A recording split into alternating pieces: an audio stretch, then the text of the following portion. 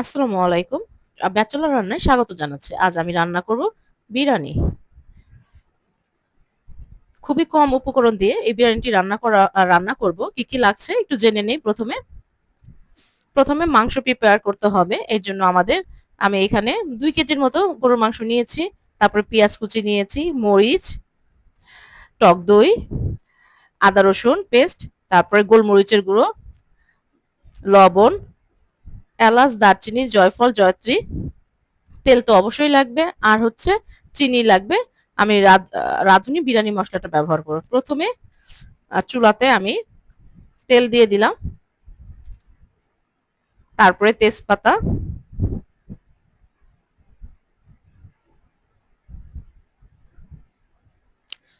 এবং পেঁয়াজ কুচি। এখানে আমি ২ কাপ পরিমাণ পেঁয়াজ কুচি নিয়েছি।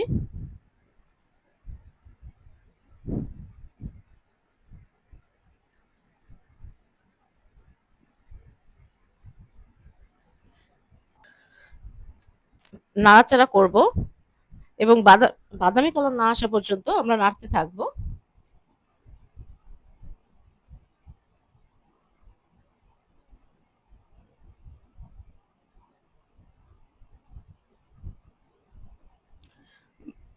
হালকা বাদামি কালার আসার পরে তারপরে আমি ১.৫ চা চামচ লবণ দিলাম।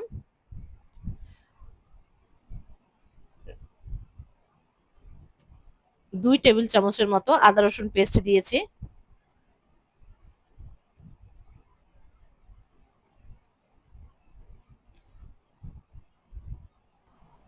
আদা রসুন দিয়ে আমি একটু নাড়াচাড়া করে নিলাম যেন আদা রসুনের গন্ধটা দূর হয়।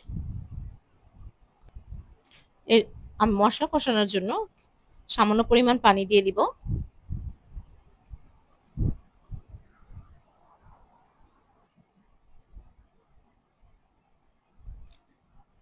তারপরে এলাচ, দারচিনি, জয়ত্রী এবং সামান্য পরিমাণে জয়ফল দিয়ে দিব।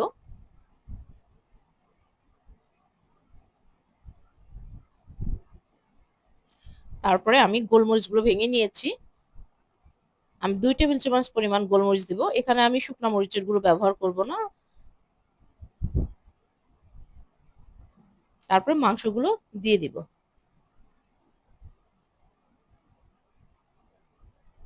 এখন ভালো করে নাড়াচাড়া করে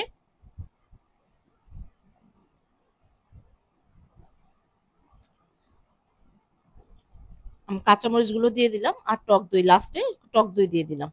এতে মাংসটা খুব তাড়াতাড়ি সিদ্ধ হবে। এখন ভালো করে নাড়াচাড়া করে ঢেকে দিব।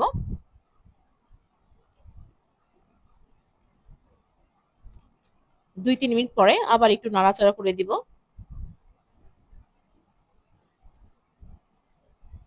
দেখা যাচ্ছে যে মাংসর পানি উঠে যাচ্ছে।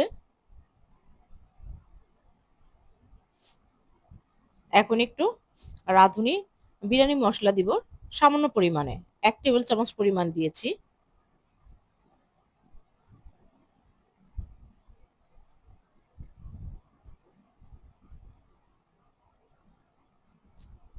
এখন আবার ঢেকে দিব। এভাবে আমি ২০ থেকে ২৫ মিনিটের মতো মাংসটাকে সিদ্ধ করব যেহেতু আমি প্রেসার কুকার ব্যবহার করছি না। এখন আমি উপর দিয়ে মিক্সড মসলা দিয়ে দিলাম। এখন অন্য একটি পাত্রে তেল দিয়ে দিলাম। তারপরে সামান্য পরিমাণ ঘি দিয়ে দিলাম। একটু পেঁয়াজ কুচি দিলাম। অর্থাৎ পোলাওটা রান্না করে ফেলবো। তেজপাতা, এলাচ, দারচিনি দিয়ে দিব। আদা রসুন পেস্ট ১ টেবিল চামচ দিব। তারপরে আমি ২ কাপ পরিমাণ পানি দিয়েছি এবং ১.৫ টেবিল চামচ পরিমাণ লবণ দিব। যেহেতু আমি এখানে ৩ পর মতো পোলাও রান্না করব। পানি গরম হয়ে ফুটে এসেছে। এখন আমি চালগুলো দিয়ে দিব। এটা হচ্ছে নাড়াচাড়া ঝামেলা ছাড়াই শর্টকাট পোলাও রান্না।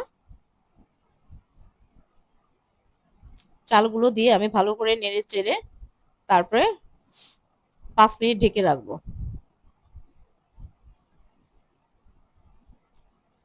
5 মিনিট পরে আমাদের পানিটা প্রায় শুকিয়ে এসেছে। এখন দমে দেওয়া হবে। একটু নেড়ে চেড়ে 10 মিনিটের মতো দমে রেখেছি। এখন আমাদের হয়ে গিয়েছে পোলাওটা। এখন এটার সাথে মাংস মিক্সড করে দিব। আমরা যে মাংসটা রেঁধে রেখেছিলাম, মাংসটাকে ভিতরে দিয়ে চালগুলো উপরে উঠিয়ে কিছু কাঁচামরিচ উপর দিয়ে দিয়ে এখন 5 মিনিটের মতো দমে রাখবো। কয়েকটি আলু বোখারা দিয়ে দিলাম, এটা তোমাদের ইচ্ছা, তোমরা দিতেও পারো নাও দিতে পারো। 5 মিনিট দমে রাখার পরে এটা মাংসটাকে মিশিয়ে দিব আস্তে আস্তে চালের সাথে। এখন 2 থেকে 3 মিনিট দমে রাখবো। দমে রেখে তার হয়ে গিয়েছে আমাদের বিরিয়ানি। ভালো করে একটু নেড়ে চেড়ে দিলাম লাস্টের দিকে। এখন এটা খেয়ে দেখবো কেমন হয়েছে।